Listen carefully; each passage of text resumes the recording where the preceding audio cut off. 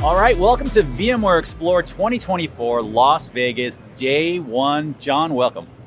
You know, it's fun to be back. I was starting to miss Vegas. Really? The humidity. It was just Yeah. I miss that dry desert air. It was just calling me. So Yeah, I'm not a big fan of the dry air, but I do love Explore because of the networking, talking to really smart people. Great transition. I've already had more conversations here with people that are like, okay, this was worth the trip, and we're at day zero here. So I know you spent the weekend in CTAB, right? Customers, talking to a bunch of customers. Yeah, customer technical advisory board. This is a group who comes together and they get views of where the roadmap and what's going, but also it's really about listening to the customers, getting feedback, finding out what's not working, which directions they want to go. It's a lot of the product managers are charting courses and they've got an A path or a B path. Yeah. They're trying to make that customer driven. So it's been fun talking to those customers and hearing what they have to say. Yeah, I think that's a really valuable part of Explore, where customers can come and actually focus on their true problems and learn. And that segues us perfectly into our guest today from Charlotte Pipe and Foundry, Rodney Barnhart. Rodney, welcome to the podcast. Well, thank you.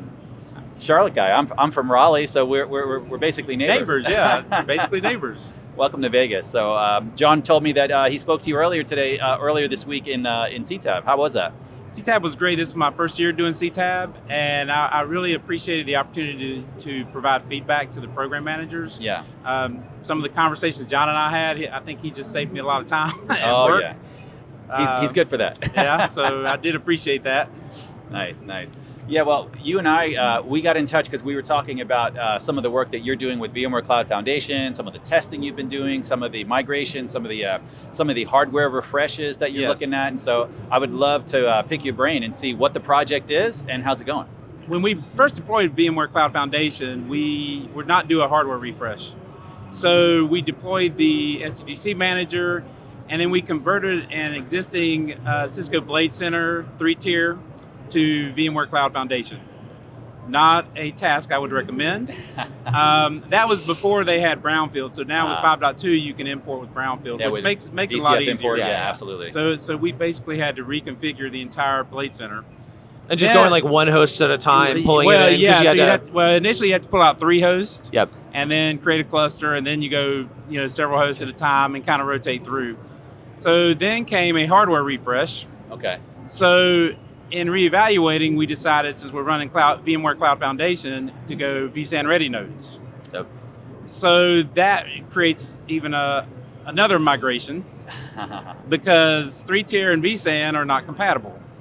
So we had to create our vSAN cluster and then migrate all the VMs from the 3-tier to our vSAN ready nodes, which was fairly simple. It was storage migration. Yeah.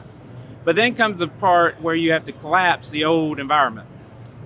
That is not available in the GUI right now for decommissioning the cluster. Yeah, moving from one management cluster to another management cluster, there's some database references that you have to call support to get that worked out.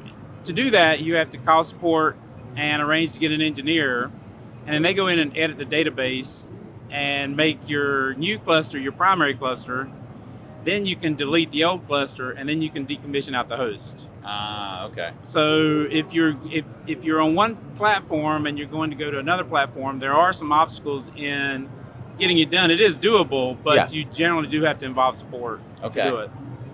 But I think we talked about another migration strategy for going forward for management clusters. So originally our management cluster that we did for that project was not brand new hardware. So we had a lot of people first day they're getting VCF up. They're like, okay, what do we have laying around? And unfortunately, that means whatever's laying around is often 3 or 4 years in. Right. It's going to be up for refresh. In this case, we did acquire some used hardware for it. Yeah. So so that part of the project was not planned out. So now we're refreshing that. So because the management node is required to be vSAN, it makes it a whole lot easier to do it. So in talking with John over the weekend, he's like, I was speaking with him, I'm like, I got to create a new cluster of the Dell host and then migrate everything. He's like, well, vSAN's vSAN. Yeah. Just add the new ones in and vMotion and start filling out one by one your old ones. And I'm like, You just made my life like I call 3 this weeks faster. I call this the ship of Theseus migration, which is this like philosophical exercise of if you have a ship and you have the ship for a long time, you replace it's a wooden ship and you replace every piece of wood, once, over time, Right. and eventually none of the original components are there. Is it the same ship? Well, with the management cluster, the answer is yes. We have a definitive philosophical answer here. So you could just feed in those new hosts, maintenance mode, full evacuation, the old one, and away you go. So I was planning on doing exactly what we had to do for the hardware refresh on the workload domain. And John's like, you don't need to do that. No. vSAN's vSAN. Absolutely. No database surgery required. Well, so that's kind of the point when it comes to VMware Cloud Foundation and having this thing that has storage, compute, networking, automation, all aggregated inside of VCF. So like, if you're not dealing with a bunch of strange parts or different vendors, there's nothing to really consider. It's there, it's built in, it just makes it simpler. So that's kind of the idea. It seems like the decommissioning part certainly needs to be built in, and I'm glad that customers like you can actually bring we talked that. about we did talk about let's put that in that. the UI, but Yeah. And I understand some of the reason is because you don't want someone to accidentally delete the primary cluster. Right. I Yeah, mean, you don't want it to that be would an be a easy big button. problem. You don't want an easy button, Yeah. but it would be nice to at least force through one of these Yeah. cases of, are you sure? Are you really Yeah, sure? yeah. Are you really I like sure the you want to do sure this? slider. Please Yeah, type in the following phrase. I understand the actions have Correct. consequences. Yeah. Because then you have to open the support case and then get an engineer assigned, and then someone who can do it, and it does kind of delay the project. But I do like this organic upgrade process to just bring in hosts and push stuff out. Because if you look at a lot of historic kind of how people would build cloudy platforms in their data center, they would buy some converged infrastructure, bundle of things. They would deploy it, and then they would probably never really lifecycle it, or if they did, it required vendor PSO and things like that. Correct. And that's historically how this stuff has worked. Is you'd have these, and it was cool. Like it worked. You'd have your VRA, but a lot of times that stuff would just live and die at the same version until the hardware died. Then you'd buy another one, And I like this idea of organically able to,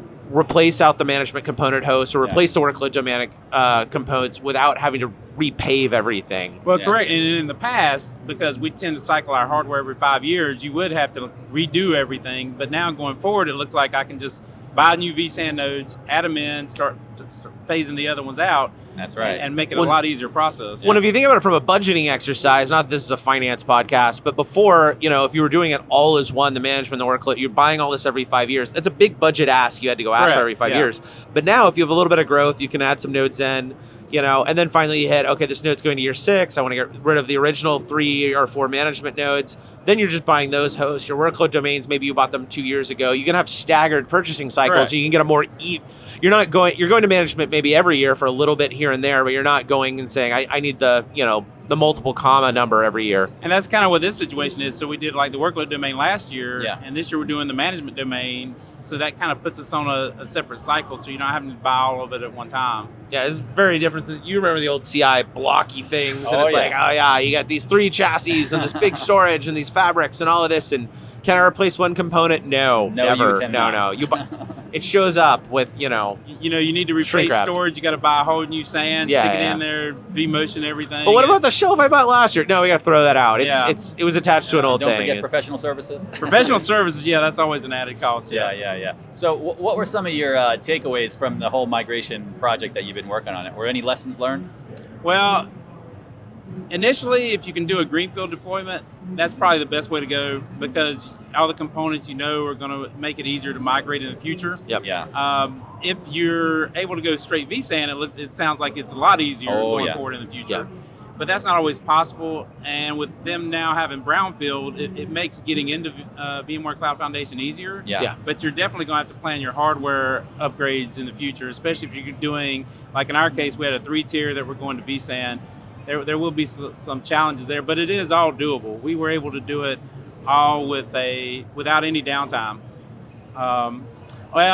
We did have some raw device mappings on the 3-tier. Oh, RDMs, you have to file copy those or app copy. Those couple systems we did have to schedule a downtime for. Yeah. But as far as the regular workload, it's just vMotion, and we were able to do it without a problem. Were those databases or Windows clusters? It was SAP databases. SAP, okay. Yeah, so we were using RDMs for this because prior to 7.0, you could not cluster. You couldn't use a virtual cluster disk. Now we can do cluster Right. disks. So with 7, you could do virtual cluster disks. Ooh, RDMs. We're trying to get rid of them. So when we migrated those to VCF, we did clustered virtual cluster disk. So Nice. we don't have that issue anymore either. Oh, so, yeah. so things are getting easier, and You're working yourself out of a job, man. It's going to be way too easy. No. But it is making life a lot easier. So it is making good life to a lot hear. easier. Rodney, last question for you here at Explore. You know, I'm glad that you made time to come out to Vegas and do some customer meetings and talk. What are you looking forward to this week? Any sessions? Anything else? Well, I'm definitely attending the sessions on cyber recovery. Nice. So ransomware is a big topic now, and protecting the environment. So that's definitely one session I'm looking forward to. Very good, very good. Good, Well, thank Rodney, thanks for taking time to hang out with John and I, and Thank enjoy you the rest for of your having me. Explore. I appreciate it.